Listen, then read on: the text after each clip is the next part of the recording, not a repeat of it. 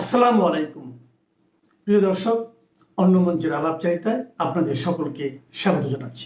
এখন প্রধানমন্ত্রী হয়ে তিনি যেমন রাজপথে এমনকি ট্রাফিক না আটকে চলাফেরা করছেন, সিনেমা দেখতে চলে যাচ্ছেন মেয়ে নিয়ে, কখনো কন্যাকে নিয়ে চলে যাচ্ছেন ক্রিকেট খেলা দেখতে, স্ত্রী কন্যা নিয়ে সবে বেইলি রোডে গিয়ে নাটক পর্যন্ত দেখে এসেছেন। কারণ প্রেসিডেন্ট জিয়া পুত্র তারেক রহমান জানেন বাংলাদেশে প্রেসিডেন্ট জিয়া, বঙ্গবন্ধু থেকে শুরু করে কোনো হাই প্রোফাইল হত্যাকাণ্ড, মৃত্যুর ঘটনা এখন পর্যন্ত সেনাবাহিনীর এক রকমের জানাশোনা কিংবা সেনাবাহিনীর প্রত্যক্ষ অংশগ্রহণ ছাড়া ঘটতে পারেনি।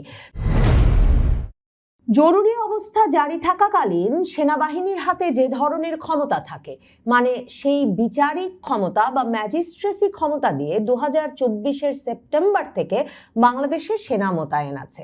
বাংলাদেশের নির্বাচিত সরকারের বয়স যখন প্রায় 2 মাস হতে চলেছে, তখন নবনির্বাচিত প্রধানমন্ত্রী তারেক রহমান বাংলাদেশের সেনাবাহিনীর সদর দফতরে গিয়ে সশস্ত্র বাহিনীর সদস্যদের উদ্দেশ্যে বক্তব্য দিয়েছেন। ঢাকার সেনানিবাসের সেনা প্রাঙ্গণ মিলনায়তনে প্রধানমন্ত্রীর এই দরবার অনুষ্ঠিত হয়েছে, নবনির্বাচিত প্রধানমন্ত্রীর প্রথম দরবার, এবং যেটা প্রত্যাশিত থাকবার কথা ছিল এবং আলোচিত হবার কথা ছিল যে বাংলাদেশে বেসামরিক কাজে যে আইন শৃঙ্খলা রক্ষা ব্যবস্থায় যে বাংলাদেশের সশস্ত্র বাহিনীর সদস্যদের নিয়োজিত রাখা হয়েছে গত 20 মাস ধরে, সেই 2024-এর আগস্টের পর থেকে এটা কবে অবসান হতে যাচ্ছে, মানে সেনাবাহিনী কবে ব্যারাকে ফিরবে। কিন্তু বিস্ময়কর হলেও সত্য, নবনির্বাচিত প্রধানমন্ত্রী তারেক রহমান সেনানিবাসে গিয়ে সেনাবাহিনীর সদস্যদের উদ্দেশ্যে যখন বক্তব্য রেখেছেন, সেনাবাহিনী কবে ব্যারাকে ফিরতে পারে সে প্রসঙ্গে কোনো ইঙ্গিত দেওয়ারও প্রয়োজন বোধ করেননি। সম্ভবত এটা বুঝে নেওয়াই ভালো যে নবনির্বাচিত প্রধানমন্ত্রী তারেক রহমানের উপর নির্ভর করে না সেনাবাহিনী কবে ব্যারাকে ফিরবে। কারণ সেনাবাহিনী যে বাংলাদেশের আইন শৃঙ্খলা ব্যবস্থার দায়িত্ব নিয়ে নিয়েছে, আমার আপনার সকলের জানমালের দায়িত্ব নিয়ে নিয়েছে, সেটা কিন্তু কোনো রাজনৈতিক সরকারের মুখ থেকে আমরা শুনিনি। শেখ হাসিনা সরকারের পতনের পর শেখ হাসিনার যে পতন ঘটেছে সেটাও আনুষ্ঠানিকভাবে এসে সংবাদ মাধ্যমের সামনে ঘোষণা করেছিলেন বিমান বাহিনী প্রধান এবং নৌবাহিনী প্রধানকে সাথে নিয়ে সেনাবাহিনী প্রধান ওয়াকারুজ্জামান, এবং তখন তিনি ঘোষণা দিয়েছিলেন তিনি জানমালের দায়িত্ব নিচ্ছেন। এবং এরপর সেনাবাহিনী প্রধান, রাজনৈতিক বিভিন্ন দলের নেতৃবৃন্দ এবং বিমান বাহিনী প্রধান, নৌবাহিনী প্রধানকে সাথে করে সোজা বঙ্গভবনে চলে গিয়েছিলেন এবং বঙ্গভবনে রাষ্ট্রপতি শাহাবুদ্দিন চুপ্পুর সঙ্গে মিলে এদের সকলের সঙ্গে আলোচনা ক্রমে একটা অন্তর্বর্তীকালীন সরকার গঠন করে দিয়েছিলেন, যার প্রধান পদে বসেছিলেন ডক্টর মোহাম্মদ ইউনূস, যেই সরকারে জায়গা পেয়েছিলেন 2024-এর জুলাই আগস্টের আন্দোলনে নেতৃত্ব দেওয়া তরুণেরা, এবং যারা 2026-এর ফেব্রুয়ারি পর্যন্ত এরপর ক্ষমতায় ছিলেন। ওয়াকারুজ্জামান 1/11-র চেয়ে একটু ভিন্ন মডেলে খেলছেন। মানে সেনাপ্রধান ওয়াকারুজ্জামান সেই 2024-এর 5ই আগস্টেও ঘোষণা দেন নাই যে সেনাবাহিনী এই জরুরি পরিস্থিতিতে ক্ষমতা গ্রহণ করছে। সেনাবাহিনীর বরং মানে বিমান বাহিনী, নৌবাহিনী প্রধানকে নিয়ে সশস্ত্র বাহিনী রাষ্ট্রপতির পিছনে দাঁড়িয়ে 2024-এর 5ই আগস্ট রাতে এক জাতির উদ্দেশ্যে ভাষণে রাষ্ট্রপতি শাহাবুদ্দিন চুপ্পু ঘোষণা দেন যে খুব শিগগিরই নির্বাচন অনুষ্ঠিত হবে আর খালেদা জিয়া মুক্তি পেতে যাচ্ছেন। এরপর খালেদা জিয়া মুক্ত হন, অনেক মাস কেটে যায়, ইউনূস সরকার কবে নির্বাচন দেবে তা নিয়ে নানা রকম ধোঁয়াশা সৃষ্টি হয়। সেনাবাহিনীকে জানমালের দায়িত্বে খুব সক্রিয় অবস্থায় দেখা যায় না। বিচারিক ক্ষমতা নিয়ে, ম্যাজিস্ট্রেসি ক্ষমতা নিয়ে তারা রাজপথে মোতায়েন থাকে বটে, কিন্তু সেনাপ্রধান ওয়াকারুজ্জামান আবার 7 মাসের মাথায় 2025-এর ফেব্রুয়ারিতেই সংবাদ মাধ্যমের সামনে এসে বলেন যে তিনি আগেই সবাইকে সাবধান করে দিতে চান, হানাহানি মারামারি করলে পরে তাকে দোষ দেওয়া যাবে না। তিনি এরই মধ্যে ক্লান্ত হয়ে পড়েছেন মাত্র 7 মাসে, এবং তিনি বলেন যে সবাইকে সতর্ক করে দিচ্ছি, নিজেরা কাদা ছোড়াছুড়ি করলে স্বাধীনতা কিন্তু বিপন্ন হবে। এবং তিনি বলেন যে মাত্র তার 30,000 সৈন্য মোতায়েন আছে, কাজেই 30,000 সৈন্য একাই বাংলাদেশের আইন শৃঙ্খলা পরিস্থিতি নিয়ন্ত্রণে রাখতে পারবে, একটা ভালো পরিস্থিতি, কার্যকর পরিস্থিতি সৃষ্টি করতে পারবে। পারবে, এটা ভাববার কোনো কারণ নাই। পুলিশ সদস্যদেরও কাজ করতে হবে, অন্যান্য বাহিনীকেও কাজ করবে, তাহলেই দেশের শান্তি শৃঙ্খলা বিরাজ করবে, দেশে শান্তি বিরাজ করবে। কিন্তু তিনি বলেন, মানে এই যে ওয়াকারুজ্জামানের মডেলটা একটা ভিন্ন মডেল এ কারণে যে তিনি কিন্তু সেনা নিয়ন্ত্রিত ইউনূস সরকারও বলেন না। তিনি বলেন ইউনূস সাহেবের সঙ্গে তার কথা হয়েছে, তিনি বলেছেন 18 মাসের মধ্যে নির্বাচন, তিনি বলেন আপনাদের সাবধান করে দিচ্ছি। তিনি আবার এটাও বলেন, আমার একটাই আকাঙ্ক্ষা, দেশ এবং জাতিটাকে একটা সুন্দর জায়গায় রেখে ছুটি করা। I had enough last 7-8 months, I have enough. আমি চাই দেশ এবং জাতিকে একটা সুন্দর জায়গায় রেখে আমরা সেনানিবাসে ফেরত আসব।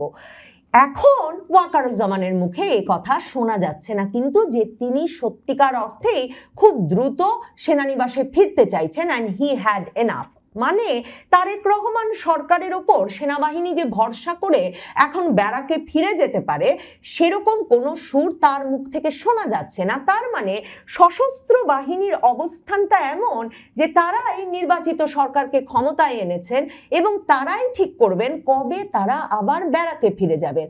সেনাপ্রধান ওয়াকারুজ্জামান কিন্তু মে মাসে খুব জোর চাপ সৃষ্টি করেছিলেন ইউনূস সাহেবের ওপর, যে যদি তিনি ডিসেম্বরের মধ্যে নির্বাচন না দেন তাহলে তারা আর মোতায়েন থাকতে পারবেন না, কারণ তার সেনা সদস্যরা ভীষণ ক্লান্ত হয়ে পড়েছেন রাজপথে টহল দিতে দিতে, এই বেসামরিক ডিউটি দিতে দিতে।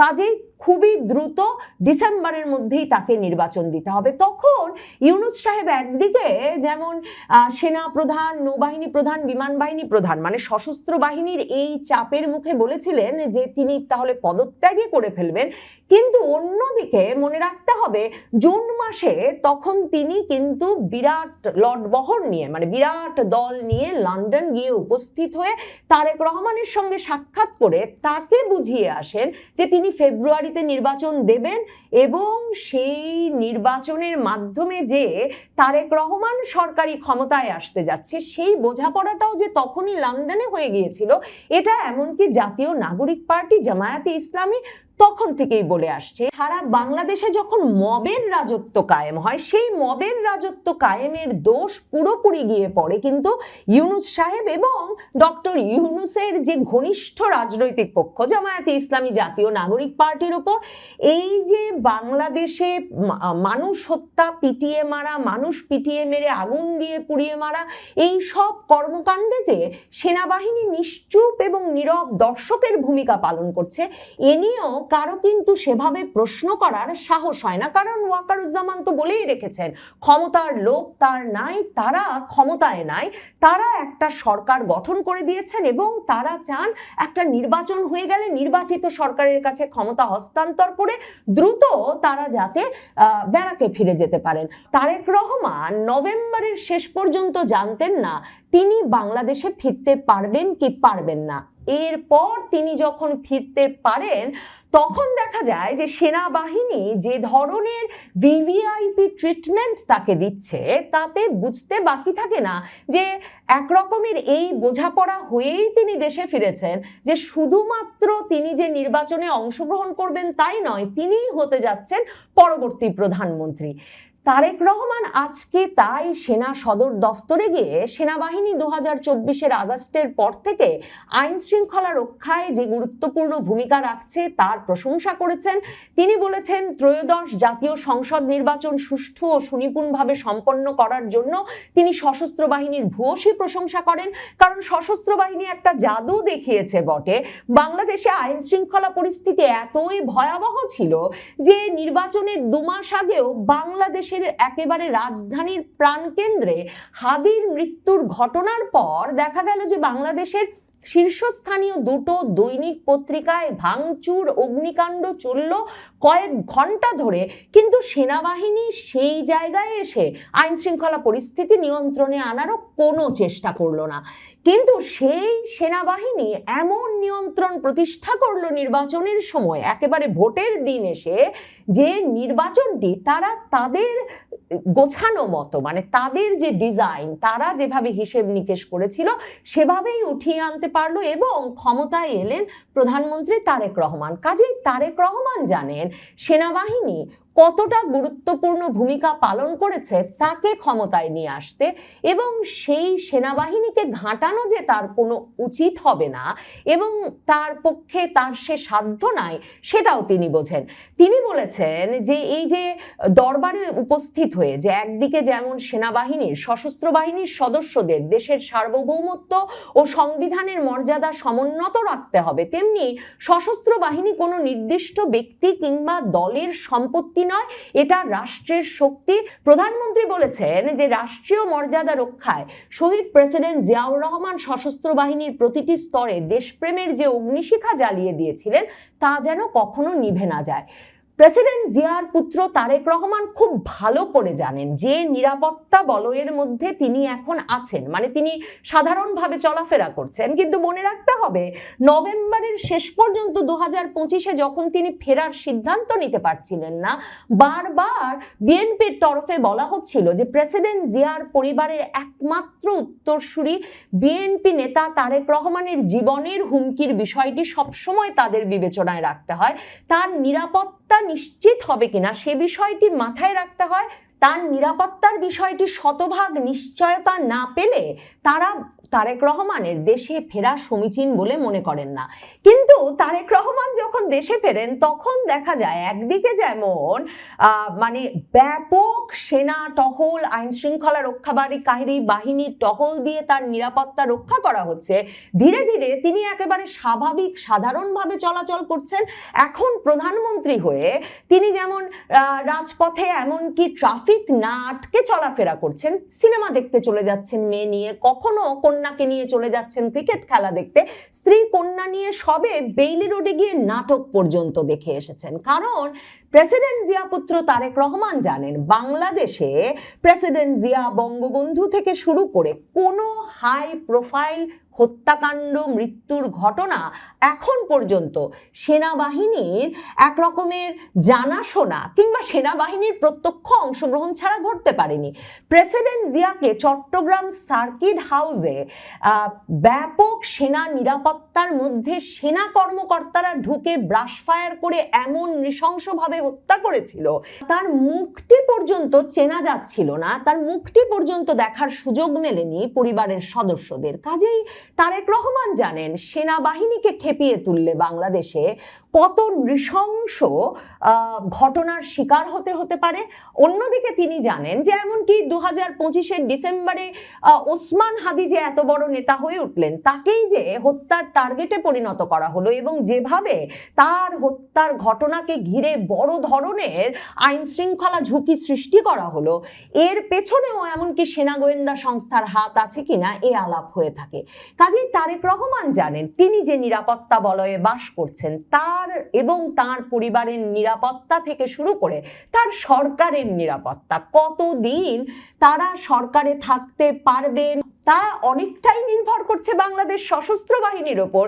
কারণ বাংলাদেশে আবার কোনো সরকারের আসা যাওয়া সেটাও সেনাবাহিনীর আস্থা বা অনাস্থা ছাড়া ঘটতে পারে নাই। এ দফায়ও তারেক রহমান যখন ক্ষমতায় এসেছেন, প্রেসিডেন্ট শাহাবুদ্দিন চুপ্পুর সাক্ষাৎকার দিয়ে আর নানা বয়ান তুলে সংবাদ মাধ্যমে স্পষ্টতই বলছেন যে ওয়াকারুজ্জামান যদি গুরুত্বপূর্ণ ভূমিকা না রাখতেন তাহলে ইউনূস শেষ পর্যন্ত নির্বাচন দিতেন না, আর ইউনূস নির্বাচন না দিলে বিএনপি প্রধান তারেক রহমানের পক্ষে প্রধানমন্ত্রী হিসেবে ক্ষমতায় আসা সম্ভব হতো না। কাজেই কবে সেনাবাহিনী ব্যারাকে ফিরবে সে সিদ্ধান্ত সম্ভবত প্রধানমন্ত্রী তারেক রহমানের নয়, এবং সেনাবাহিনীর দরবারে গিয়ে তিনি যে বক্তৃতা দিলেন তাতে সেটা পরিষ্কার বাংলাদেশের সেনাবাহিনী সত্যি কি ব্যারাকে ফিরবে নবনির্বাচিত তারেক রহমানের হাতে সম্পূর্ণ ক্ষমতা দিয়ে, নাকি ওয়াকারুজ্জামান 2027-এর মে তার মেয়াদ শেষ পর্যন্ত রাজপথের নিয়ন্ত্রণ, রাজনীতির নিয়ন্ত্রণ তার হাতেই রাখবার সিদ্ধান্ত নিয়েছেন।